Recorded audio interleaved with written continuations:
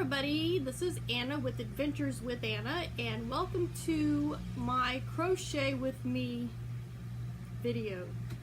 Tonight we are going to do a recycled Crochet with Me project. This is not a tutorial, kind of a how-to, but the sky's the limit on this. You can do whatever you want. It's just up to a matter of your imagination what you can and want to do with this project. Now, I don't actually have a finished example to show you physically because I made 4 of these, and I made 4 of these in an afternoon, so this obviously is not going to take very long, right? I've already taken them to our flea market booth and put them in the booth to sell, so I will insert a picture here of the recycled project that we are going to make.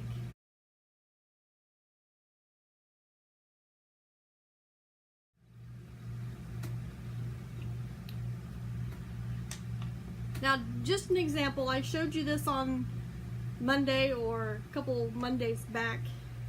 This is kind of an example, but this is a really flimsy bottle. This is a cheap water bottle from the grocery store brand. I do not recommend these cheap flimsy bottles. Too many problems. However, this bottle is a drink bottle. It is actually a tea bottle, and it is a much sturdier bottle. This is the type of bottles that I used for my projects that I put in the flea market. I do recommend a sturdier bottle. The size that you use can be any size, it's up to you. It doesn't really matter how tall you make it, how big around you make it. If you have a gallon milk jug and you want to do this, that is perfectly fine. The concept is basically going to be the same for any size container that you want to use. You will also need a pair of scissors that will cut your plastic. You will need a pocket knife or some sort of sharp knife so that we can cut the bottle. I use the scissors to trim what I cut because I cannot cut very well at all with a knife. You're going to need a hole punch. You're going to need a tape measure or some way to measure around the bowl, around the container. Unless you're good at eyeballing it, I am not, so that's why I have a tape measure. You're going to need a magic marker or some way to mark on your bottle where you want to put your holes. You're going to need a crochet hook that will actually fit inside the hole that your hole punch will make. Now, for my hole punch, I am using a G. I believe this is also a 4mm, but like I said, whatever size crochet hook will work with your hole punch is perfectly fine. And the other thing you need is some fun yarn. I decided to use this tonight because it is a lighter color and hopefully it will be easier for you to see what I am doing. So let's get busy.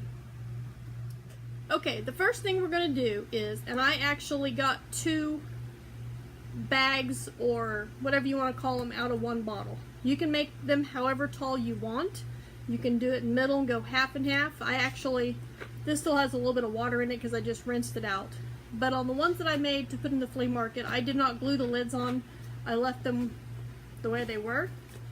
So I'm going to take my knife, and I think I'm going to make this one right here. I'm going to cut, don't worry, I've never cut myself yet. I'm going to cut right in there between, on the little, between the ridges there. Like I said, this is why I have the scissors, because I am not very good at cutting with a knife.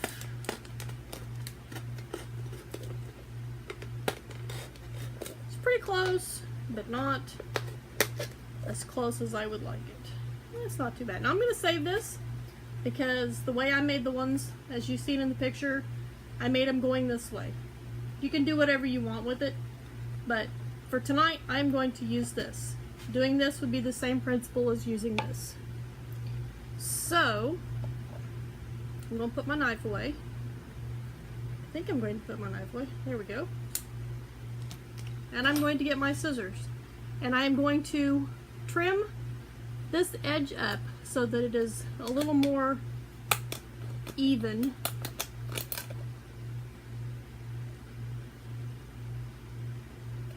Actually, I think I'm going to trim it down so I'm actually putting my holes down on the next one.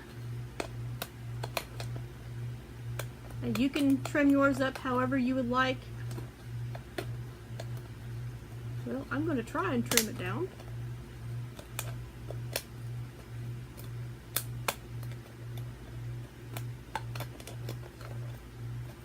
It's not working.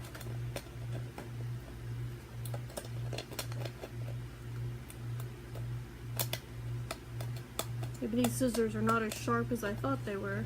There we go. And I know better than to get the knife out and try and trim.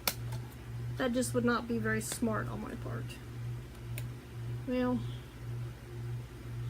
I think I'll just leave it because it's going to be stubborn. But anyway, just try and trim up this edge to where it looks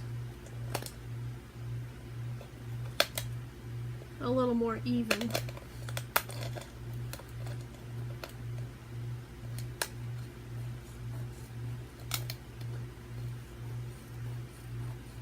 There we go, now I'm making progress. Maybe I was trying to go the wrong way.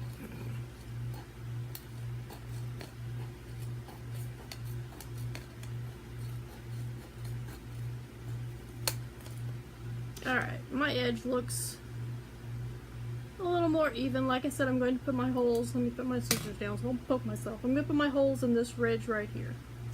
So the next thing I'm going to do is I'm going to take my tape measure and I'm going to measure around to see how far around that is.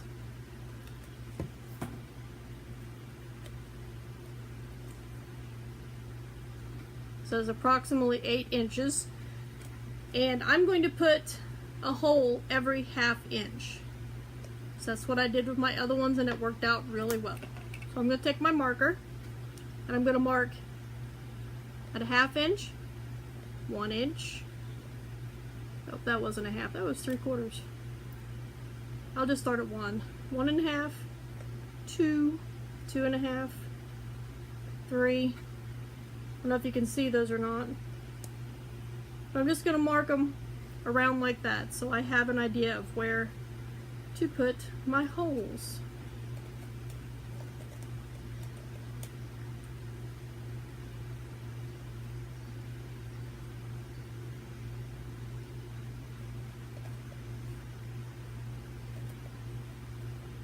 Now these don't have to be real precise, but the closer they are to being even makes your project turn out better than if they are not even. Alright, it's a little bit off, but I think it'll be alright. So I've got my holes, if you can, I've got my marks, if you can see those. It's probably kind of hard to see those. Now I learned from experience with this, like this flimsy one, there's a spot right here, if you can see that, where I had to put some Scotch tape on there because the holes were actually too close together, and when I went to crochet it, because of how flimsy this is, the holes just broke. So that's another reason you don't want a flimsy one. So the next thing we're going to do is try and be as precise as you can and drip water on the floor. Like I said, I just rinsed this one out. My son's been drinking this tea, so. And I'm just going to punch my holes, trying to be fairly accurate, making sure that I am, you can see my holes there. I don't know how you, can you see them? Kind of. Trying to make sure they're down far enough, but they're not too far out of, you know, off from each other.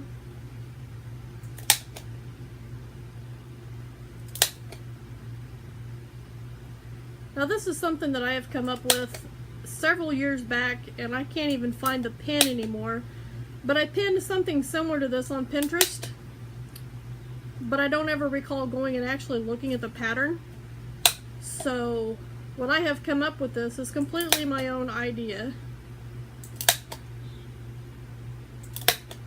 Like I said, the sky is the limit. There is no right way or wrong way to do this. Okay. Now, as you can see, I've got my holes punched all the way around. I was fairly consistent this time, which is a good thing. Now, the next thing we're going to do is, we are done with this and this. I'm going to put my scissors down here, grab our yarn, and we're going to start crocheting around the top of the bottle. I've realized that these make good yarn holders. I'm going to set, and they make good tablet holders too. I've actually got my tablet sitting on this smallest one that I have, holding it up. It's perfect. Anyway, and this keeps the yarn from falling off the table. I'm going to create a slip knot. I'm going to stick my hook. Like I said, whatever size hook will fit through your hole. I could probably go a little bit bigger, but it works best for me with the G hook. Stick my hook through the hole, and we're going to slip stitch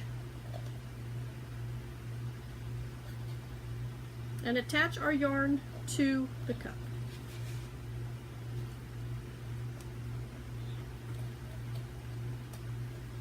Just like that. I'm going to trim my tail a little bit shorter because I'm going to crochet it under, and I don't want it to go halfway around the cup. So in that same stitch that we slip stitched in, we're going to do a single crochet.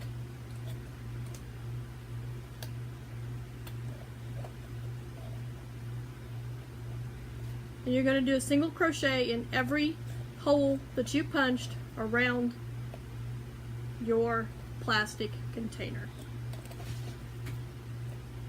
It can be a little tricky and your stitches look like they're too far apart, but it will be just fine.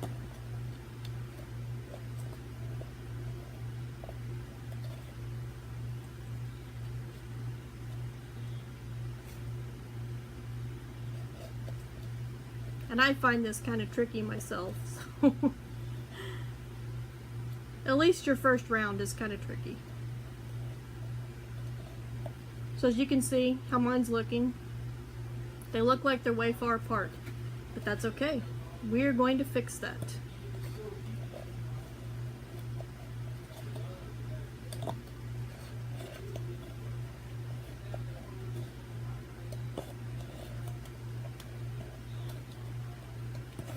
And like I was mentioning earlier, the 4 that I made earlier this week, I said I took to our flea market booth. That's something we're going to try. We've discovered that our rummage sale style flea market booth is not working like it used to. So we have decided to change it up a little bit and go with a combination of a rummage sale style flea market booth and a craft market or craft type booth, and making homemade crafts. And hubby and I have some other ideas, which I will share those with you, even though they're not crochet related. I will share those with you. And if any of you guys do craft shows or have a flea market booth that you actually sell your handmade goods in, leave me a comment below and tell me some of the things that you sell in your booth that are good sellers. Now, I'm not a big project person. So Afghans and shawls and stuff probably are out of the question, but smaller type projects that I can use scrap yarns with, that can sell fairly cheap, like flea market booth prices, perfect. So once we get back around here, we're just going to slip stitch into the top of that first single crochet, and then we're going to chain 1. We're going to put 2 single crochets in each stitch around, which will help the bag part, or the crocheted part of this, to flare out a little bit so it's easier to get into. So I said single crochet. Actually, let's do half doubles. So chain 2, and we'll put 2 half double crochets in each single crochet around. Now you can do whatever you want. This is just what I am doing for this one. I have done, of the ones that I did, some of them were single crochet, some of them were half double crochet. It's whatever you want to do. There is no right or wrong way, in my opinion, to do this.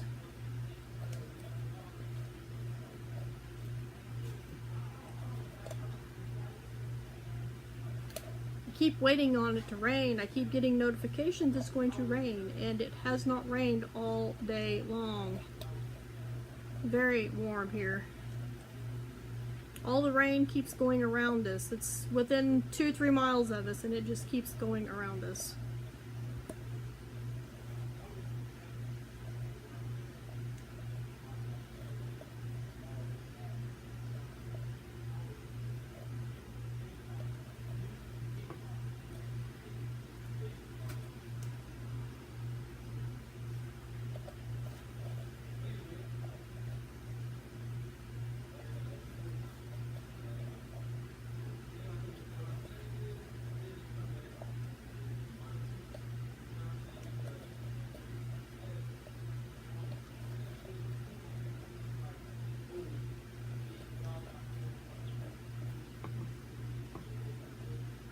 If my fingers weren't so sticky from being hot and sweaty, this would probably be going a lot faster, but the yarn is sticking to my fingers tonight.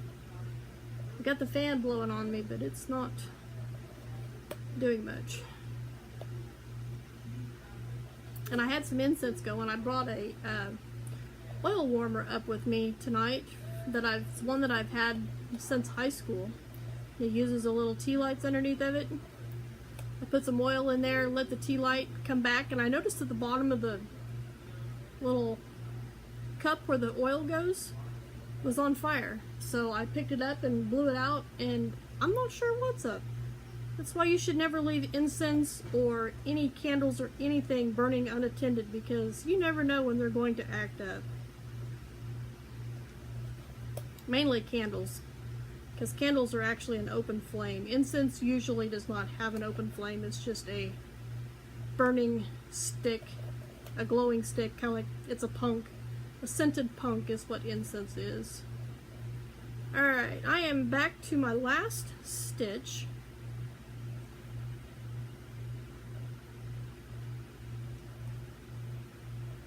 I've done it all the way around. Half double crochet, 2 in each single crochet all the way around. I'm going to join in the top of this first half double crochet.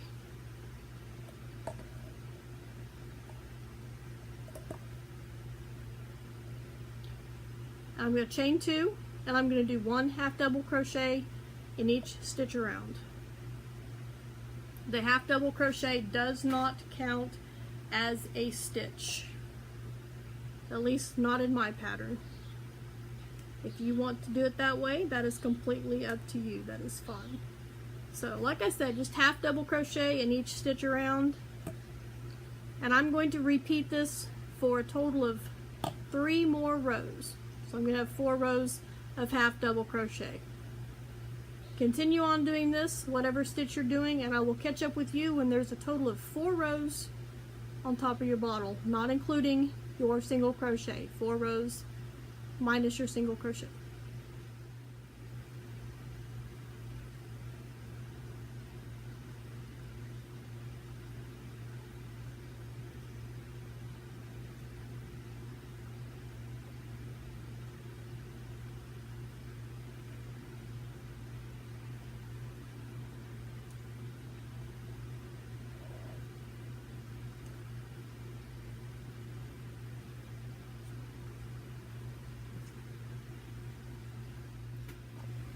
Okay, you can do as many rows as you would like, but I found 4 is about right, because once you get the loops on for the drawstrings, that closes up and it makes it a cute little bag. So now that I've got my 4 rows, I'm going to create the loops to put my drawstrings through. Now I like to put 2 drawstrings in my bags. I just think they close better and they look better. So we're going to chain 4, in this case, the way I do it, the chain counts as your first double crochet. We're going to skip the next stitch and we're going to double crochet in the next stitch. So we're chaining in between each double crochet and we're skipping a stitch in between each double crochet. That leaves room for the drawstrings to go through. Now if you'd like, you can also do half double crochet on this. I found it works pretty good. Treble crochet, at least for this size of yarn, just regular 4-ply yarn, is a little bit of overkill, but it can be done. I think the double crochet is about the right height to put 2 chains drawstrings through there. So that's my reasonings for doing the double crochet.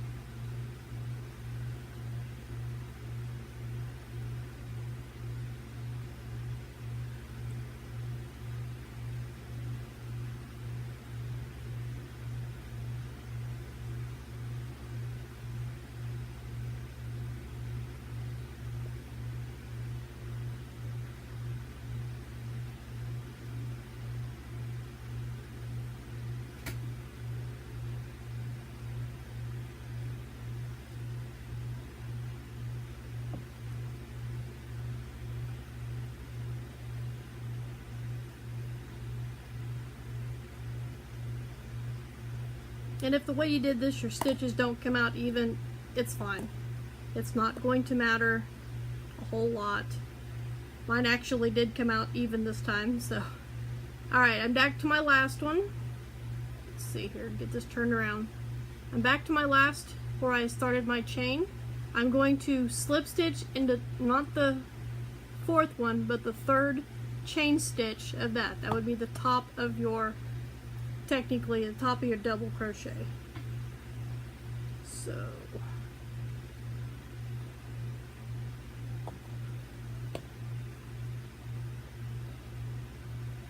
So we've got something that looks like this all the way around. Now, this will work. You can leave it like this, but my experience, it kind of leaves like a gap at the top, and I don't like my bags to be that way.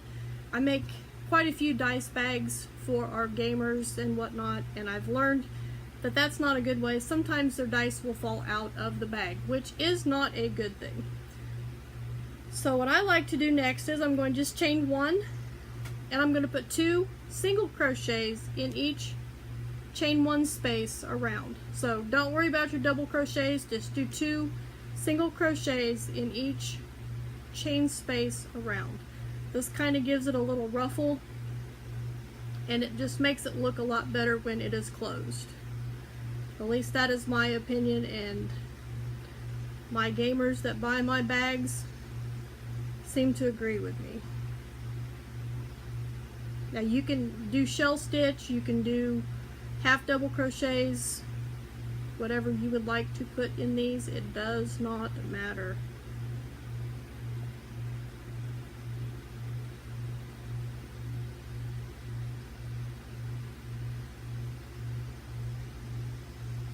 I think I might hear Fuzzy. Fuzzy, are you coming to see me? Fuzzy? Maybe not. She's got a new hiding spot. She's no longer hiding down here by my craft room. She's hiding more up towards the stairs that go to the outside. So I don't know. Maybe it's getting ready to cool off. I don't know. I'm hoping. Maybe that's why she's up closer to the front.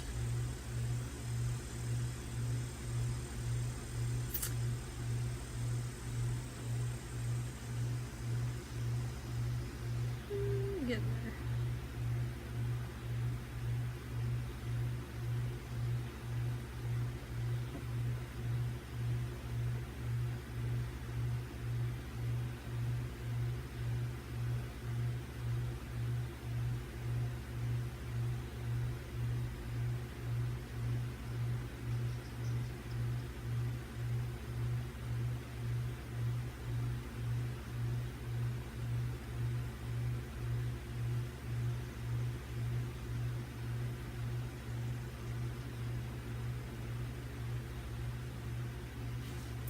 Alright, I'm back around and I'm just going to put slip stitch into the first single crochet around and finish off. Don't need a real long string, but just enough that you can sew in your ends.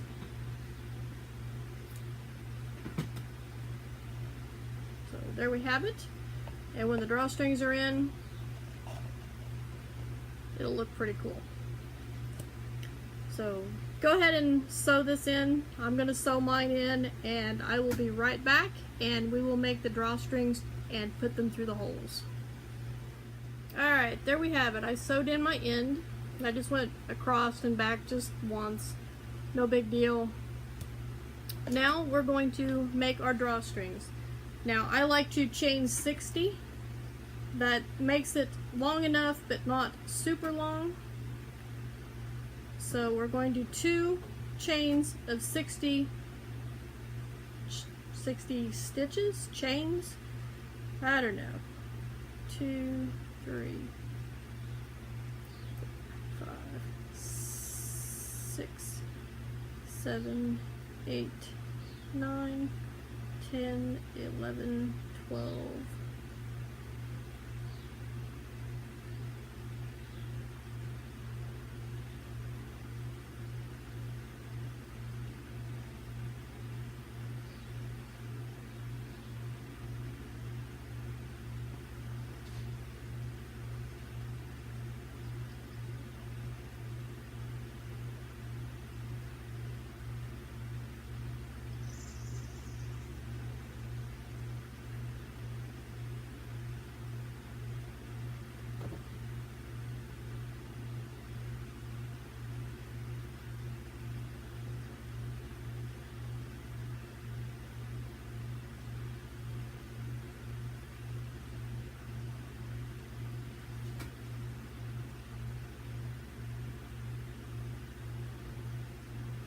Once I got my 60, I just pull the loop and cut.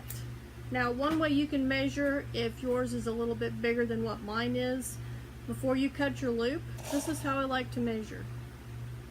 I just put my ends together and I make sure that the drawstring will go around the bag and have a little bit to spare without making the bag, you know, come together or anything like that. That's how I like to do mine. Now you can see I've got maybe an inch and a half at the very most here at the end. That's without scrunching the bag. So for my size of bag, 60 is the perfect number. So let's do one more.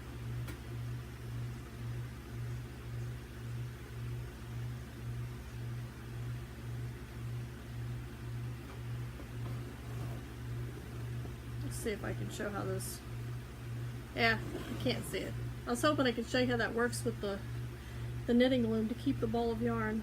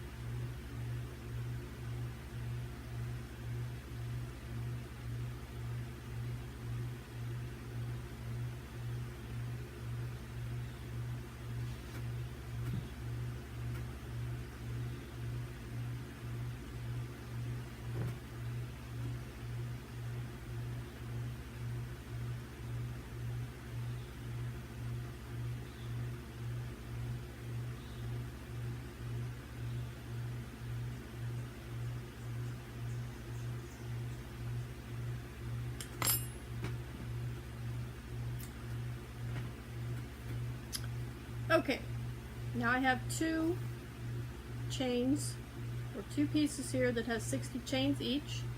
These will be my drawstrings. Looks like one is about a stitch shorter than the other. Either that or I've got some tighter stitches. See how that's shorter on that end? It's perfect on that end. Oh well, it'll be fun. Now, you can put these together however you normally would put them together. But the way I like to do it is to take my tapestry needle and put the end of the string through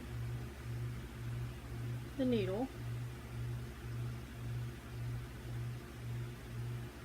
And I don't like to start and stop right here where I started this. I kind of like that to be in the middle of where my drawstrings are, so I will just pick a stitch anywhere.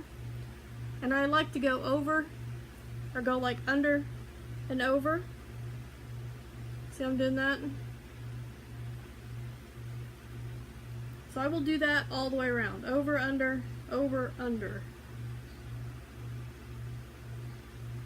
Just carefully pull your chain through, or your drawstring.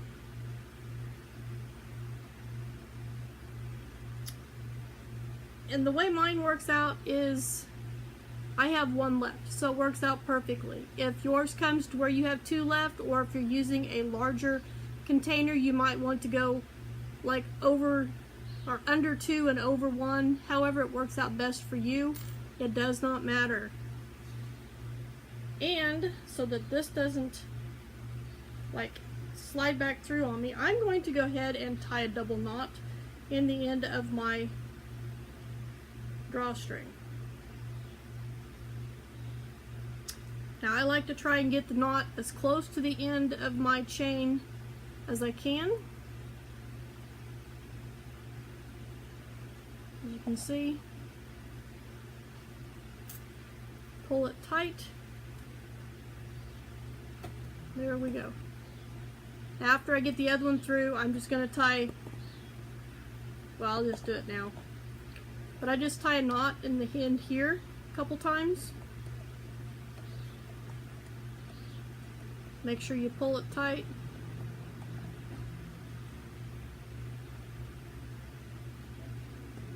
And then I just snip these off. Just like that. So that's how I do the ends of my chains. Now we're going to do the same thing with the other, only we're going to have to start on the opposite side. Now if it's not exactly opposite, that will be fine, but I fold my top in half, and I can kind of see where the middle is right here, which is perfect because it goes over here. So I'm going to actually start there and go under, because I like to go the opposite with my other chain. So if I went over on the first one, I go under on the second one, and vice versa. So you can see I'm doing just the opposite.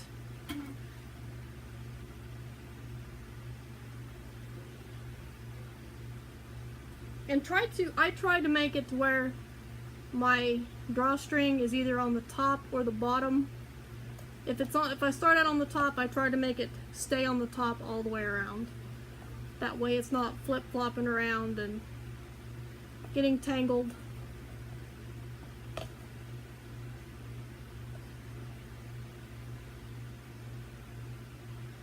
Alright. Made it back to the other side. As you can see. And just same as the other end, I'm going to tie these two together. And get the knot as close to the end as I can.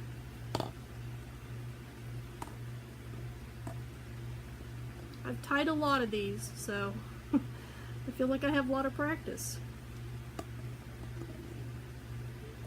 And then tie your strings together. Now some of them I have actually put beads on the end and tied the beads to the end of the strings. I've done all kinds of things with dice bags.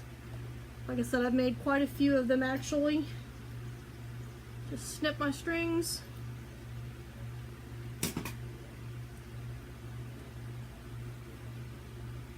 There's your bag when it's completely open. You can see your drawstrings are pretty much right straight across from each other. Close it up.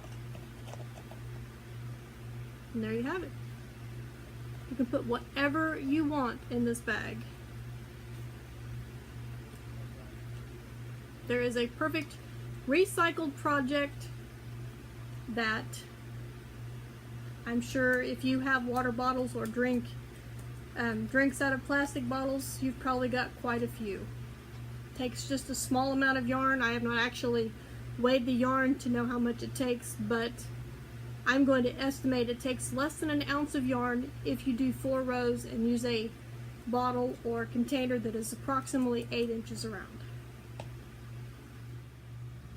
So there you have it, a cute little bag of some sort with a plastic bottle.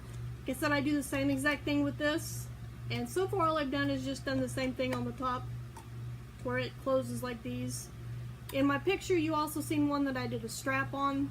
I didn't really care for doing it that way. I prefer the drawstrings on them. I might play around a little more and try some other ways of hanging or closing or using them for containers or whatever. But if you guys do make these and you're on Instagram, feel free to tag me. I am The Smelly Lady on Instagram, and when you post your picture, just do the @ and then The Smelly Lady. That will notify me, and I would love to see your creations that you come up with. Thank you guys for watching, and I hope you enjoyed this crochet with me, and I will see you guys on Monday.